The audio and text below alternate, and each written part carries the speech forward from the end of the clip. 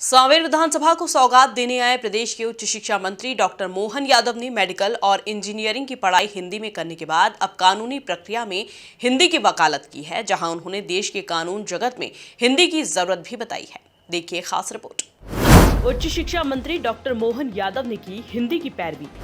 Medical और engineering के बाद कानूनी प्रक्रिया में हिंदी की वकालत। उच्च शिक्षा मंत्री ने बताई कानून जगत में हिंदी की जरूरत। सांवेर में शासकीय महाविद्यालय के नवीन भवन का भूमि पूजन करने आए उच्च शिक्षा मंत्री डॉक्टर मोहन यादव ने कानून व्यवस्था में अंग्रेजी भाषा पर सवाल खड़े किए हैं। उन्होंने अदालतों में मुकदमों का अंबार लगने के पीछे की वजह अंग्रेजी को बताते हुए और क्या कुछ कहा, जरा आप खुद ही सुनिए। मेरे साथ अन्याय हो गया और न्यायालय में न्याय कराना, हमारे न्यायालय में न्याय कराने के लिए जो पीड़ित पक्ष है वो अपनी बात नहीं रख सकता, वो वकीलों के ऊपर निर्भर रहेगा। और वकीलों को मैं सबको अपमानित नहीं करना चाहता हूँ, लेकिन यथार्थ ये है कि वकील अंग्रेजी में बात रख रहा, क्या मालूम हमारे पक्ष की बात पूरी रख पा रहा कि नहीं रख पा रहा। न्यायालय में जो जज सुन रहा उसकी भी बात समझ में नहीं आती। अरे हमको कितनी सरल बात, मामा के लड़के ने भांजे के लड़के के साथ मिलकर के मेरे को मारा। अब अंग्रेजी में बोलो तो दोनों में क्या अंग्रेजी में कोई इस बात का अनुवाद है कि मामा भांजे काका चाचा ताऊ इस रिश्तेदारी की कोई बात आती है क्या?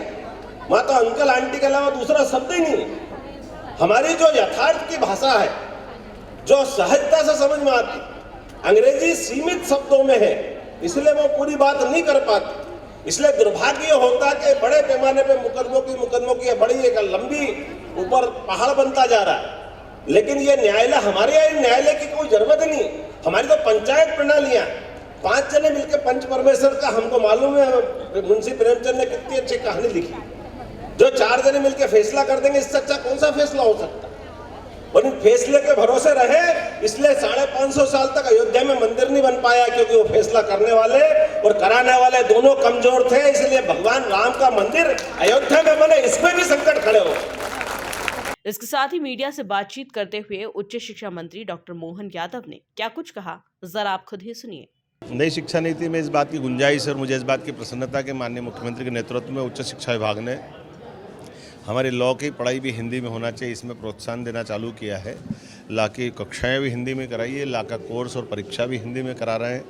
मेडिकल कॉलेज की पढ़ाई की तो पहले घोषणा हो चुकी है।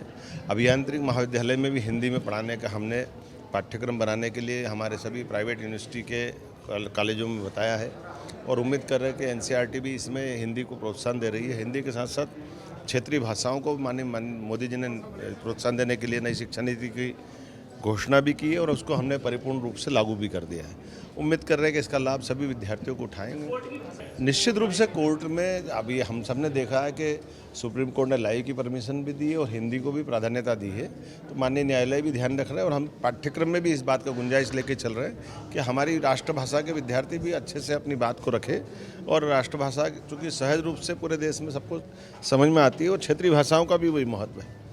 कुल मिलाकर देखा जाए तो सांवेर विधानसभा को सौगात देने आए प्रदेश के उच्च शिक्षा मंत्री डॉक्टर मोहन यादव ने मेडिकल और इंजीनियरिंग की पढ़ाई हिंदी में करने के बाद अब कानूनी प्रक्रिया में हिंदी की वकालत की है, जहां उन्होंने देश के कानून जगत में हिंदी की जरूरत बताई।